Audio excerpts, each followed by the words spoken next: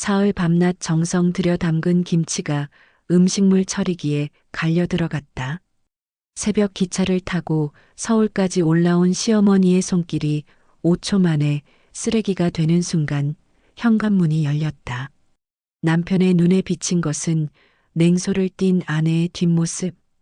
더러워서 버렸어. 그 한마디가 5년 결혼 생활의 종말을 예고했다. 하지만 며느리는 몰랐다.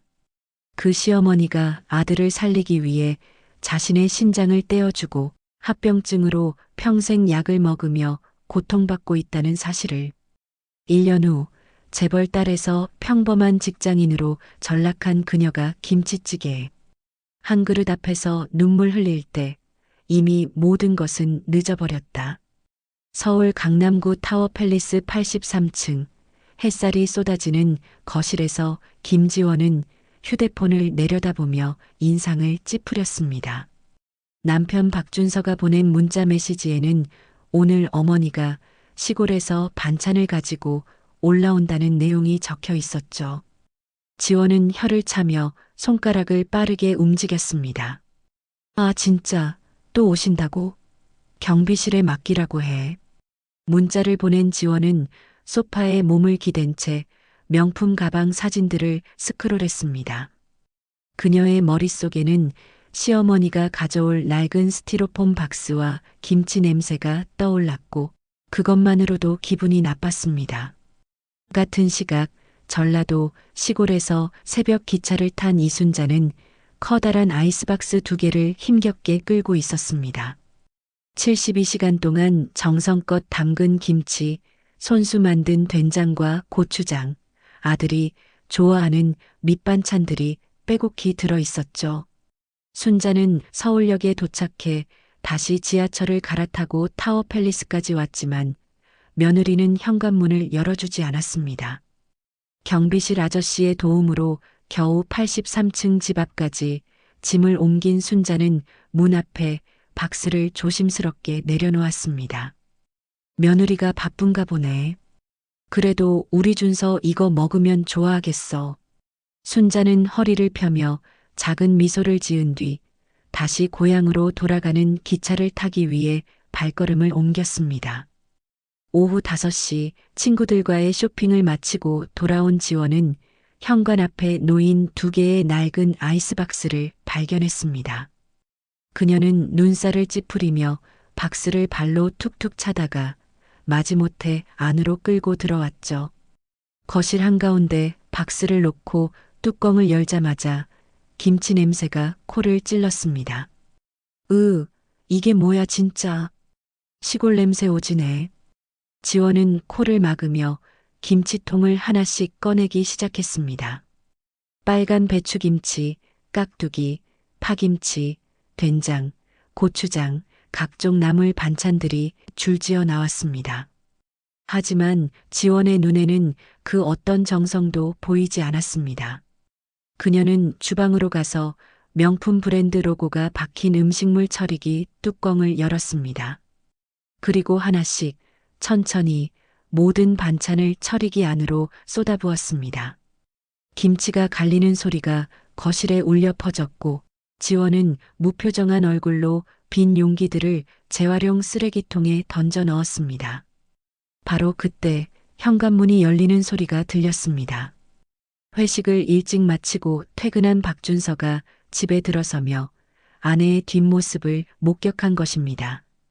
준서의 눈에는 음식물 처리기 안에서 갈려 사라지는 어머니의 김치가 보였고 그의 온몸이 얼어붙었습니다. 지원은 남편을 발견하자 태연하게 손을 닦으며 입을 열었습니다. 왔어? 저녁 먹었어? 준서의 손은 떨리고 있었습니다. 그의 손에 쥐어진 휴대폰 화면에는 회사 동료가 전달해준 어머니의 문자 메시지가 떠 있었습니다. 준서야, 내가 좋아하는 김치랑 반찬 담아서 보냈다. 잘 먹어라. 준서는 아무 말도 하지 못한 채 처리기 안으로 사라진 어머니의 정성을 바라보았습니다. 준서는 떨리는 입술로 간신히 목소리를 냈습니다. 지원아, 방금 뭐 한 거야? 지원은 손을 닦으며 아무렇지 않게 대답했습니다. 뭐긴 뭐야. 더러운 거 버렸지. 왜? 준서의 얼굴이 창백하게 변했습니다. 그는 음식물 처리기를 가리키며 목소리를 가다듬었죠. 어머니가 사흘 밤낮을 세워서 담가온 반찬인데 새벽 기차 타고 여기까지 오셨어. 지원은 소파에 앉으며 다리를 꼬았습니다. 그녀의 얼굴에는 미안함이라곤 찾아볼 수 없었습니다. 그래서 난 미슐랭 레스토랑 음식만 먹고 자란 사람이야. 시골 할머니가 맨손으로 만든 거 어떻게 먹어? 위생이 엉망이잖아. 준서는 주먹을 꽉 쥐었습니다. 손톱이 손바닥을 파고들었지만 그는 느끼지 못했습니다. 정성이라는 게 있잖아. 어머니가 얼마나. 지원이 준서의 말을 잘랐습니다. 아, 진짜 지겹다. 맨날 어머니 어머니. 나도 우리 아버지 덕분에 여기 사는 거 아냐? 준서의 눈빛이 날카로워졌습니다. 그는 천천히 지원에게 다가가며 또박또박 말했습니다. 이 집은 내 명의야. 내가 10년 동안 모은 돈이랑 대출받아서 산 거라고. 지원은 비웃음을 터뜨렸습니다. 그녀는 소파에서 일어나 준서 앞으로 성큼 다가왔죠. 계약금 3억은? 그거 우리 아버지가 준 거잖아. 그 돈 없었으면 이 집 구경도 못했을걸. 준서는 대답하지 않았습니다. 지원의 말이 사실이었기 때문입니다. 결혼 당시 준서는 1억 5천만 원밖에 모으지 못했고 지원의 아버지 김철수 회장이 계약금 일부를 지원해 준 것이 사실이었습니다. 지원은 준서의 침묵을 승리로 받아들이며 목소리를 더욱 높였습니다. 그 무식한 시골 늙은이가 뭘 안다고. 김치나 담그고 밭이나 매는 주제에. 그 순간 준서의 이성이 끊어질 뻔했습니다. 그는 꾹 참으며 낮고 단호한 목소리로 말했습니다. 지금 당장 어머니한테 전화해서 사과해. 지원은 휴대폰을 집어들더니 소파 쿠션 위로 던져버렸습니다. 싫은데? 내가 뭘 잘못했는데 사과를 해? 오히려 내가 날 이해해야 되는 거 아니야? 준서는 더 이상 아내를 바라보지 않았습니다. 그는 침실로 향하며 뒤도 돌아보지 않았습니다. 문을 닫고 자물쇠를 잠그는 소리가 거실에 울렸죠. 지원은 잠긴 문을 보며 혀를 찼습니다. 즉, 유난 떠네 진짜. 그녀는 다시 소파에 앉아 휴대폰을 들었습니다. 밤이 깊어갔지만 준서는 잠을 이룰 수 없었습니다. 침대에 누워 천장을 바라보는 그의 눈에서 눈물이 흘러내렸습니다. 어머니의 주름진 손이 떠올랐고 새벽 기차 안에서 졸며 서울로 올라오셨을 모습이 그려졌습니다. 새벽 5시 준서는 조심스럽게 어머니께 전화를 걸었습니다. 몇 번의 신호음 끝에 순자의 목소리가 들렸습니다. 여보세요? 준서야? 어머니, 반찬 잘 받았어요. 정말 맛있어요. 준서는 거짓말을 했습니다. 순자는 전화기 너머로 기뻐하는 목소리를 냈습니다. 그래, 내가 좋아하니까 어머니가 기쁘다. 많이 먹어라. 통화를 끄는 준서는 베개에 얼굴을 묻고 소리 없이 울었습니다. 거실에서는 지원이 친구들과 영상 통화를 하며 웃고 있었습니다. 다음 날 출근한 준서의 얼굴은 수척했습니다. 밤새 잠을 설친 흔적이 다크서클로 남아 있었죠. 점심시간 회사 옥상 흡연실에서 동료 김민수 대리가 준서에게 다가왔습니다. 박 과장님, 안색이 왜 그래요? 무슨 일 있어요? 준서는 잠시 망설이다가 어젯밤 일을 털어놓았습니다. 김 대리는 담배 연기를 길게 내뿜으며 고개를 끄덕였습니다. 에휴, 그럴 줄 알았다니까요. 솔직히 말씀드리면 과장님 와이프, 원래 좀 그래요. 준서가 고개를 들었습니다. 김 대리는 주위를 살피며 목소리를 낮췄습니다. 작년 워크숍 때 기억나세요? 과장님 부인 오셨잖아요. 그때 식당에서 음식이 차갑다고 직원 얼굴에 물 확 뿌렸어요. 나 두 눈으로 똑똑히 봤다고. 준서는 아무 말도 할 수 없었습니다. 김 대리는 계속 이야기를 이었습니다. 우리 마누라가 그 아파트 부녀의 회원이거든요. 소문 자자해요. 경비 아저씨들한테 욕하고 청소하시는 분들 막 부려먹고. 준서의 머릿속이 복잡해졌습니다. 자신이 알던 아내의 모습은 겉모습에 불과했던 걸까요? 그날 저녁 준서는 일찍 퇴근했습니다. 집 앞에 도착했을 때 현관문 안쪽에서 지원의 목소리가 들렸습니다. 준서는 문을 열지 않고 귀를 기울였습니다. 야, 진짜 어제 시어머니가 또 김치 갖다 놨는데 있잖아. 똥 묻은 손으로 만든 것 같더라. 바로 갈아버렸지 뭐. 여자친구들의 웃음소리가 터져 나왔습니다. 지원도 함께 낄낄거리며 웃었죠. 아, 진짜 토 나와. 시골 냄새 장난 아니야. 우리 집이 온통 구린내로 진동했다니까? 준서는 조용히 휴대폰을 꺼내 녹화 버튼을 눌렀습니다. 그리고 몇 분간 아내의 대화를 모두 녹음했습니다. 그는 계단 쪽으로 물러나 변호사 친구 이정훈에게 메시지를 보냈습니다. 형, 이혼 상담 좀 하고 싶어. 시간 될 때 연락 좀 해줘. 답장은 금방 왔습니다. 무슨 일이야? 내일 저녁에 보자. 준서는 휴대폰을 주머니에 넣고 한참을 계단에 서 있었습니다. 다음 날 아침 준서는 회사에 반차를 냈습니다. 상사에게는 집안일이 있다고만 말했습니다. 서울역에서 전라도행 기차를 탄 준서는 창밖을 멍하니 바라봤습니다. 3시간 후 준서는 어머니가 사는 시골 마을에 도착했습니다. 작은 흙길을 따라 걷다 보니 어머니의 집이 보였습니다. 순자는 밭에서 호미로 땅을 파고 있었습니다. 허리를 굽힌 채 열심히 일하는 어머니의 뒷모습에서 준서는 코끝이 찡해졌습니다. 어머니. 순자는 깜짝 놀라 고개를 들었습니다. 호미를 떨어뜨리고 황급히 밭에서 나온 순자는 아들을 꼭 껴안았습니다. 어머, 준서야. 왜 갑자기 왔어? 연락도 없이. 준서는 어머니의 등을 토닥였습니다. 순자는 아들의 손을 잡고 집으로 들어가며 기쁨에 겨워했습니다. 마당에서 손을 씻은 순자는 부엌으로 향했습니다. 잠깐만 있어라. 어머니가 밥 차려줄게. 순자가 냉장고를 열자 김치통들이 줄지어 있었습니다. 서울로 보낸 것과 똑같은 김치였습니다. 순자는 밥상을 차리며 물었습니다. 그래, 며느리가 김치 맛있게 먹었다더냐?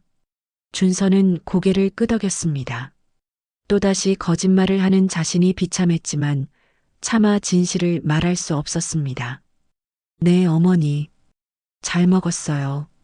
순자의 얼굴에 환한 미소가 번졌습니다. 다행이다.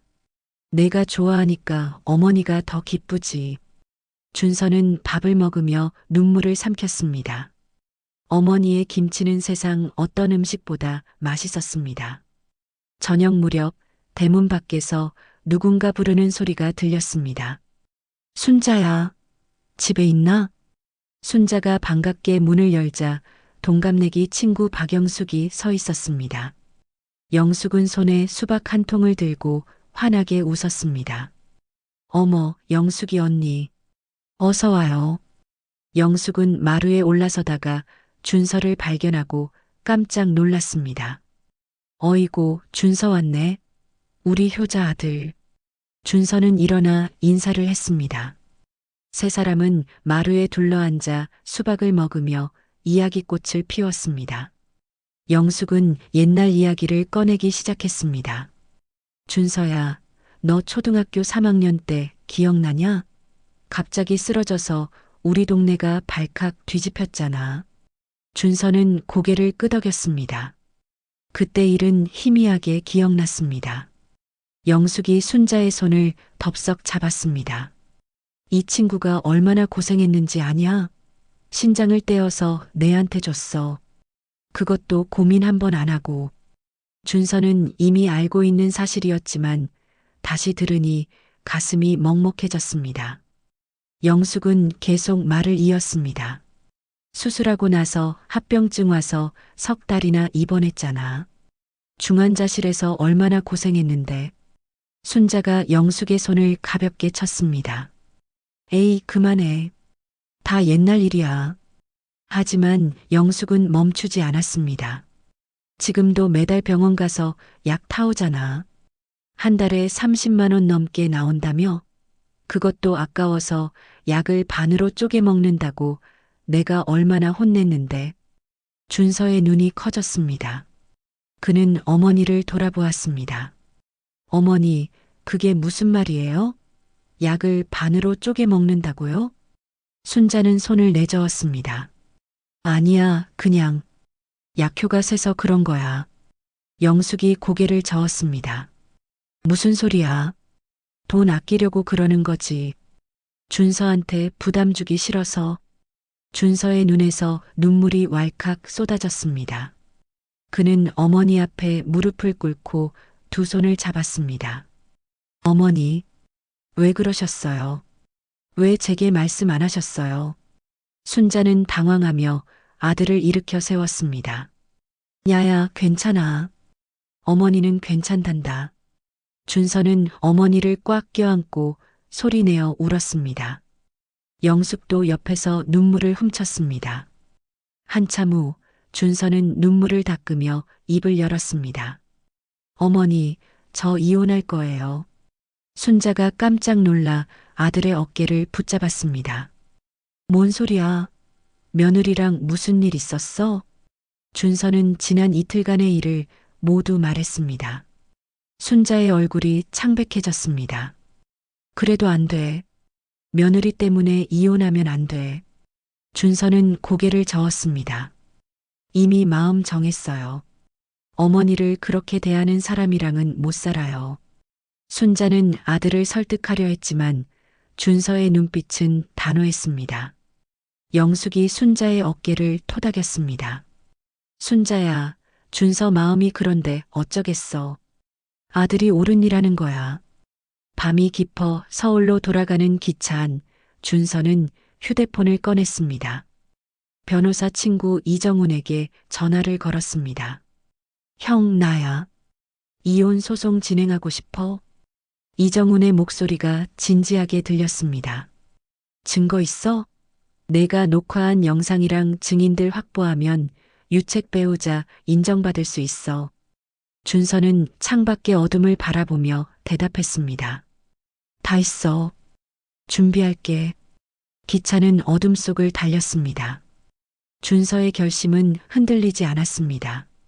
주말 아침 준서는 침실에서 나와 거실 소파에 앉아 있는 지원 앞에 섰습니다. 그의 손에는 서류 봉투가 들려 있었죠. 지원은 아침 드라마를 보다가 남편을 힐끗 쳐다봤습니다. 뭐야? 왜 그렇게 서 있어? 준서는 소파 테이블 위에 서류를 내려놓았습니다. 이혼할 거야. 아파트는 내가 가져갈 거고 위자료는 청구 안 할게. 지원은 리모컨을 던지며 웃음을 터뜨렸습니다. 뭐? 야, 너 미쳤어? 농담이 너무 심한 거 아니야? 준서는 휴대폰을 꺼내 영상을 재생했습니다. 화면에서는 지원이 친구들과 영상 통화하며 시어머니를 조롱하는 모습이 나왔습니다. 지원의 얼굴이 순식간에 하얗게 질렸습니다. 야, 이게 뭐야? 너 나 몰래 녹화한 거야? 준서는 차분한 목소리로 대답했습니다.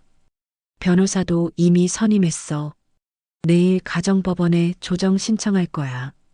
지원이 벌떡 일어나 준서의 멱살을 잡았습니다.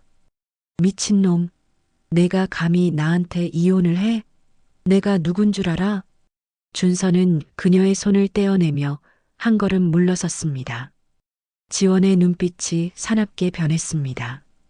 그녀는 휴대폰을 집어들며 협박하기 시작했습니다. 좋아. 그럼 우리 아버지한테 말씀드려서 내 회사에서 잘리게 해줄게. 우리 아버지가 건설업계에서 얼마나 힘 있는 줄 알아? 준서는 전혀 동요하지 않았습니다. 그래, 한번 해봐. 나는 내일 열심히 했으니까 떳떳해. 지원이 목소리를 더 높였습니다. 이혼하면 명예훼손이랑 불법 촬영으로 고소할 거야. 감옥 갈 각오해. 준서는 주머니에서 또 다른 서류를 꺼냈습니다. 나도 준비한 거 있어. 작년 워크숍 때 식당 직원 얼굴에 물 뿌린 거, 아파트 경비원한테 폭언한 거, 목격자 진술서 다 받아놨어. 지원의 입이 떡 벌어졌습니다. 그녀는 믿을 수 없다는 표정으로 준서를 노려봤습니다. 그게 뭔 상관인데? 준서는 냉정하게 설명했습니다. 상습적 폭행과 인격 모독, 혼인관계 파탄의 정당한 사유가 돼. 지원은 소파에 주저앉으며 휴대폰을 집어들었습니다. 그녀의 손가락이 빠르게 움직이며 아버지에게 전화를 걸었습니다. 몇 번의 신호음 후 김철수 회장의 목소리가 들렸습니다. 지원아, 무슨 일이야? 아빠, 준서가 나한테 이혼하겠대. 회사에서 쫓아내줘. 김철수 회장의 목소리가 차갑게 식었습니다. 뭐, 그 자식이 감히? 알았어. 내가 처리하마. 통화를 끊은 지원은 준서를 향해 비웃었습니다. 이제 끝났어, 너. 우리 아빠가 어떤 분인 줄 알아? 준서는 아무 대꾸도 하지 않고 현관문을 나섰습니다. 그날 오후 김철수 회장은 준서가 다니는 회사 사장에게 직접 전화를 걸었습니다. 여보세요, 사장님. 태광건설 김철수입니다. 귀사 직원 박준서 말인데요.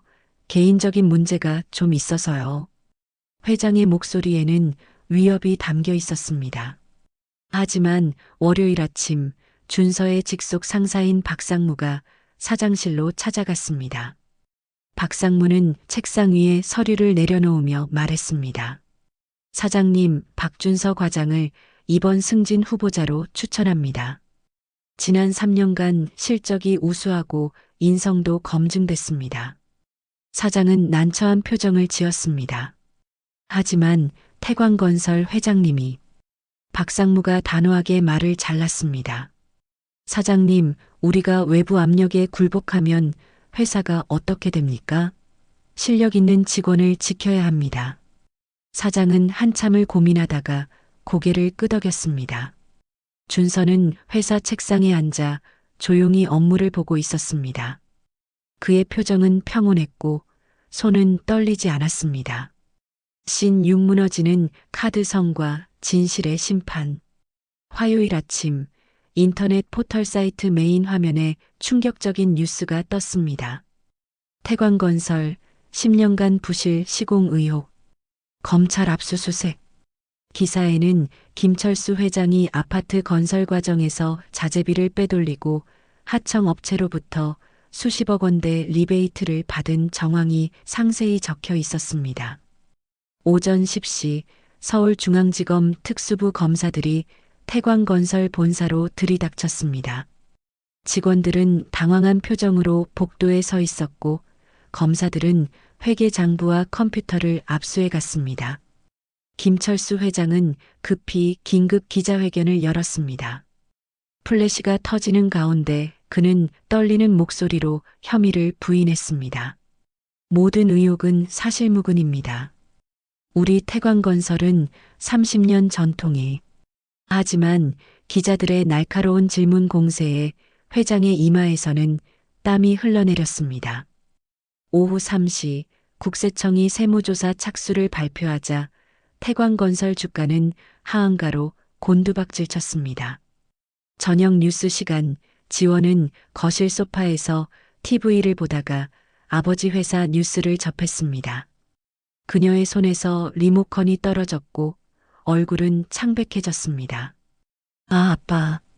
지원은 황급히 휴대폰을 집어들어 아버지에게 전화를 걸었지만 받지 않았습니다. 그녀는 준서의 방문을 두드리기 시작했습니다. 준서야, 문 좀 열어봐. 제발. 문이 열리고 준서가 무표정한 얼굴로 나타났습니다. 지원은 그의 발을 붙잡으며 울먹였습니다. 제발 이혼 취소하자. 응? 우리 다시 잘 살아보자.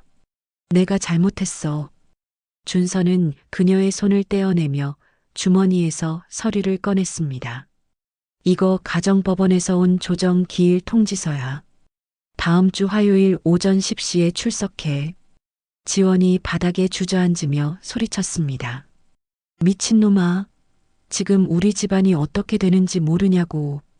준서는 차갑게 대답했습니다. 그건 내 집안 문제지. 내 문제가 아니야.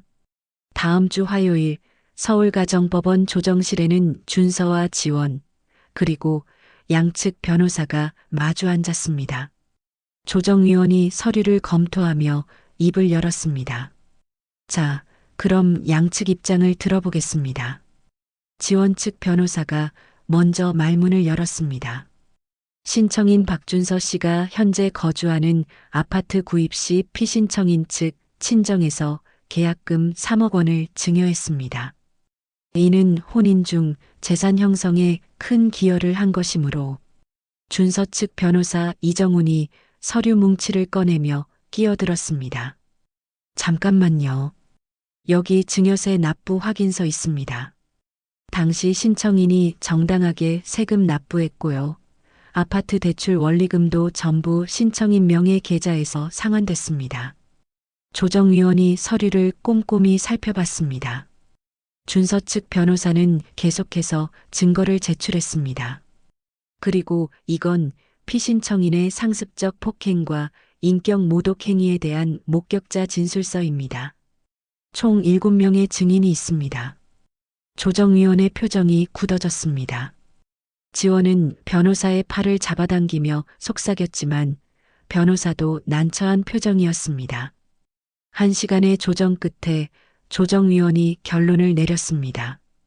피신청인의 행위는 혼인관계를 지속하기 어려운 중대한 사유로 판단됩니다. 아파트는 신청인이 가져가고 위자료 없이 이혼에 합의하는 것으로 조정안을 제시합니다. 지원의 변호사가 그녀를 설득했고 결국 지원은 고개를 끄덕였습니다. 조정조서에 도장이 찍히는 순간 5년의 결혼 생활이 끝났습니다. 조정실을 나서는 지원의 뒷모습은 초라했습니다. 그로부터 일주일 후 김철수 회장이 횡령과 배임 혐의로 구속됐다는 뉴스가 나왔습니다. 태광건설은 법정 관리에 들어갔고 회사 자산은 채권단에 넘어갔습니다. 지원은 타워팰리스에서 쫓겨나 강남 외곽의 작은 오피스텔로 이사했습니다. 명품 가방들을 중고 사이트에 올리며 그녀는 눈물을 흘렸습니다. 친구들의 단톡방에서는 그녀가 강퇴당했고 SNS에는 재벌 딸의 몰락이라는 제목으로 조롱하는 댓글이 수백 개 달렸습니다. 신칠 뒤늦은 후회와 돌이킬 수 없는 시간. 이혼 후 한 달이 흘렀습니다. 지원은 오피스텔에서 생활하며 작은 무역회사 사무직으로 일하고 있었습니다. 어느 목요일 점심시간 회사 근처 병원에서 건강검진을 받기로 한 지원은 서울대병원 로비를 지나가고 있었습니다. 그때 앞쪽에서 익숙한 뒷모습이 보였습니다. 소박한 옷차림에 작은 가방을 든 이순자였습니다. 지원의 발걸음이 저절로 멈췄습니다. 순자는 안내 데스크에서 무언가 물어보더니 엘리베이터 쪽으로 걸어갔습니다. 지원은 본능적으로 순자를 따라갔습니다. 엘리베이터 안에서 순자가 6층 버튼을 눌렀고 층수판에는 신장내과라고 적혀 있었습니다. 지원은 다른 승객들 사이에 몸을 숨긴 채 6층까지 올라갔습니다. 순자가 진료실로 들어가는 것을 본 지원은 복도 벤치에 앉아 기다렸습니다. 30분 후 순자가 진료를 마치고 나왔습니다. 그녀의 손에는 처방전이 들려 있었고 표정은 피곤해 보였습니다. 지원은 모자를 깊이 눌러쓰고 순자를 멀찍이 따라갔습니다. 1층 약국에서 순자는 처방전을 내밀었고 약사가 약을 조제하기 시작했습니다. 지원은 약국 한쪽에 서서 귀를 기울였습니다. 어머니, 이번 달 약값이 32만 원 나왔어요. 순자가 한숨을 쉬며 지갑을 꺼냈습니다. 약사가 약봉지를 건네며 당부했습니다. 면역 억제제는 절대 거르시면 안 돼요. 신장이식 환자분들은 평생 드셔야 하니까요. 그 말을 듣는 순간 지원의 온몸에서 피가 싹 빠져나가는 것 같았습니다. 신장이식이라는 단어가 머릿속에서 맴돌았습니다. 순자가 약국을 나가자 지원은 재빨리 약사에게 다가갔습니다. 저기요, 방금 그분이 드시는 약이 뭐예요? 약사가 의아한 표정으로 대답했습니다. 보호자세요? 면역 억제제요. 신장 이식하신 분들이 거부 반응 막으려고 평생 복용하셔야 하는 약이에요. 지원은 휘청거리며 벽을 짚었습니다. 그녀의 머릿속에서 퍼즐 조각들이 맞춰지기 시작했습니다. 준서가 어릴 적 큰 병을 앓았다는 이야기, 순자가 매달 병원에 다닌다는 사실, 순자가 아들에게 자신의 신장을 준 것이었습니다. 지원은 병원 밖으로 비틀거리며 나와 전봇대에 기댔습니다. 떨리는 손으로 휴대폰을 꺼내 준서에게 전화를 걸었습니다. 신호음이 길게 울렸지만 준서는 받지 않았습니다. 곧 문자 메시지가 왔습니다. 더 이상 연락하지 마세요. 당신은 이제 남이에요. 지원은 주저앉아 눈물을 흘렸습니다. 행인들이 이상하게 쳐다봤지만 그녀는 신경 쓰지 못했습니다. 다음 날 새벽 지원은 전라도행 버스를 탔습니다. 순자의 집 주소는 예전에 택배를 보낼 때 본 기억으로 알아냈습니다. 4시간을 달려 도착한 시골 마을은 조용했습니다. 마을 입구에서 할아버지 한 분이 지원을 발견하고 다가왔습니다. 누구를 찾소? 이순자 여사님 댁이요. 어디에 계신지. 할아버지의 얼굴이 굳어졌습니다. 그는 마을 이장이었습니다. 당신이 그 며느리요? 돌아가시오. 순자 여사가 당신 때문에 얼마나 스트레스 받았는지 아시오? 지원이 고개를 숙였습니다. 죄송하다고 한 번만이라도 말씀드리고 싶어서. 이장이 손을 내저었습니다. 순자 여사 건강이 더 나빠졌소. 당신이 더 이상 괴롭히면 안 돼요. 제발 돌아가시오. 지원은 더 이상 버티지 못하고 버스 정류장으로 돌아갔습니다. 서울로 돌아온 그날 밤 지원은 오피스텔 방바닥에 앉아 낡은 앨범을 꺼냈습니다. 준서와의 결혼식 사진, 신혼여행 사진들이 줄지어 나왔습니다. 사진 속 준서의 환한 미소가 지금은 너무나 멀게 느껴졌습니다. 지원은 휴대폰을 켜고 SNS에 접속했습니다. 명품 가방 자랑, 고급 레스토랑 인증샷, 해외여행 사진들을 하나씩 삭제했습니다. 마지막으로 그녀는 연락처에서 준서의 번호를 찾아 삭제 버튼을 눌렀습니다. 박준서라는 이름이 화면에서 사라졌습니다. 지원은 휴대폰을 던지고 베개에 얼굴을 묻었습니다. 자신의 오만과 편견이 모든 것을 망쳤다는 사실이 뼈저리게 다가왔습니다.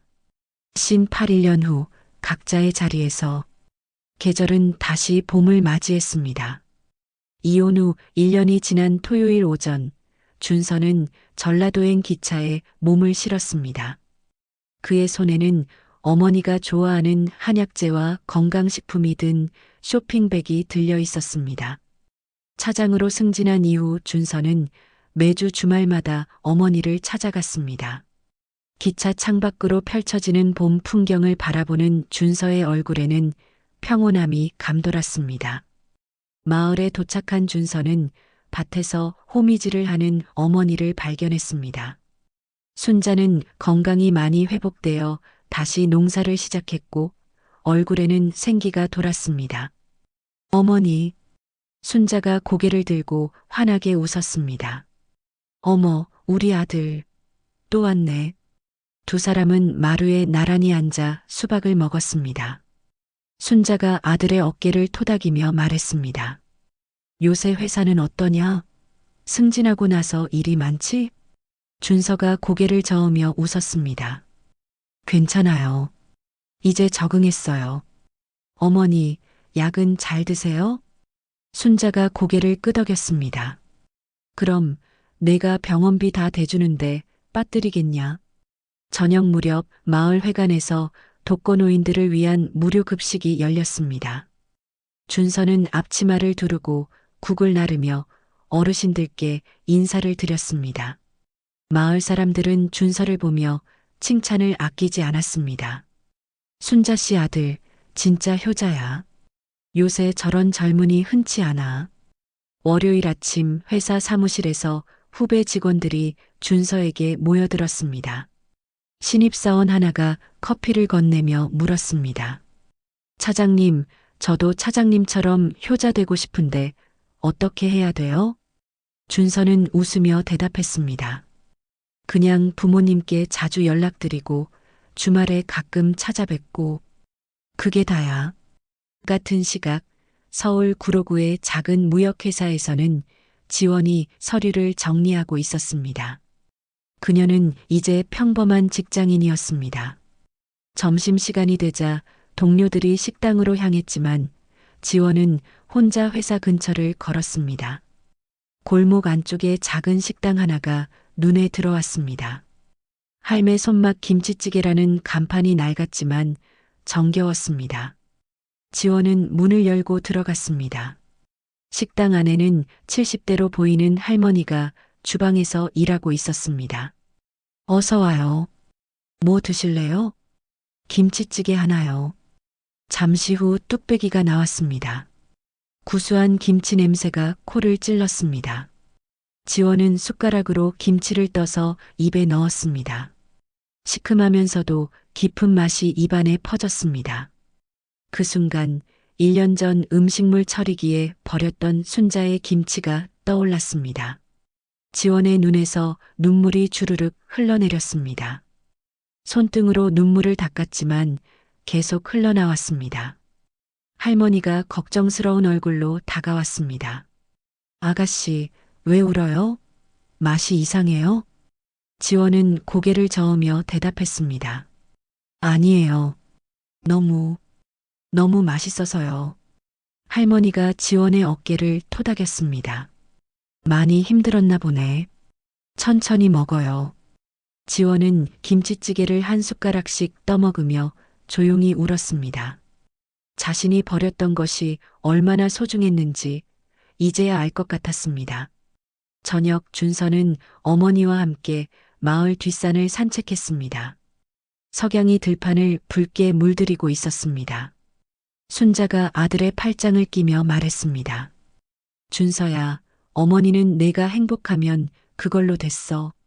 준서가 어머니를 꼭 껴안았습니다. 어머니 덕분에 제가 살았어요. 평생 은혜 갚으며 살게요. 두 사람의 실루엣이 석양 속에서 따뜻하게 빛났습니다. 서울의 작은 원룸에서 지원은 창문 밖을 바라보고 있었습니다. 네온 사인이 깜빡이는 거리는 쓸쓸했습니다. 그녀의 손에는 점심에 먹었던 김치찌개 식당 명함이 쥐어져 있었습니다. 지원은 명함을 가슴에 꼭 안으며 작게 중얼거렸습니다. 미안해요, 어머님. 그 말은 공허한 방 안에 흩어졌고 누구에게도 닿지 못했습니다. 카메라는 행복하게 웃고 있는 준서와 순자의 모습과 창가에 홀로 서서 눈물 찢는 지원의 모습을 천천히 교차하며 비췄습니다. 계절은 흘러가고 사람들은 각자의 자리에서 살아갑니다.